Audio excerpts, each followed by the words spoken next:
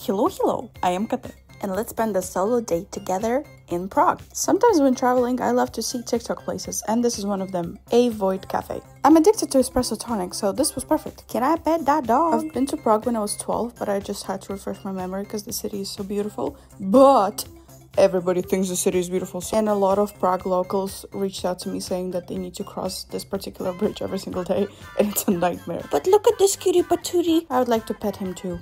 Most of the times I really like to see more local spots, but this trip I went full on basic. This is the most narrow street. It even has a traffic light. And since I fit in this street, we need a treat.